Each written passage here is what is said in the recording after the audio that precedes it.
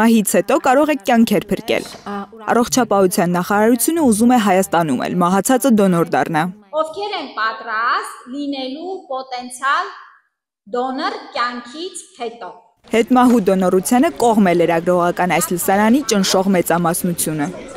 Եթե ձեր ամբուլատոր քարտի վրա չեք նշում, որ դոնոր լինել չեք ուզում, մահից հետո դուք օրգանի պոտենցիալ դոնոր եք։ Հետմահու դոնորությունից հրաժարվելու դեպքում քարտում պետք է հստակ նշում արվի։ Կամ անձը, կամ նրա օրինական ներկայացուցիչը պետք է այս ուրեմն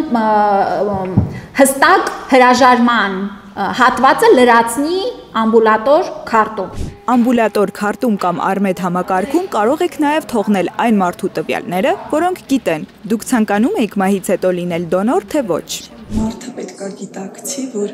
իր մահից հետո ինքը ինչ-որ մեկին կյանքի որակն է լավացնելու, ինչ-որ մեկին կյանք է պարգևելու։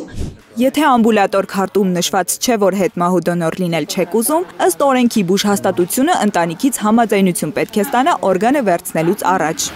Դրական պատասխան դեռ չեն լսել բժիշկները, չնայած օրինակ աչքի եղջերաթաղանթի փոխպատվաստման համար ամեն ինչ պատրաստ է։ Մի եղջերաթաղանթով 2 աչք կկարողանա տեսնել։ Ներկայում իրականացվում է եղջերաթաղանթի փոխպատվաստում դիակային, բայց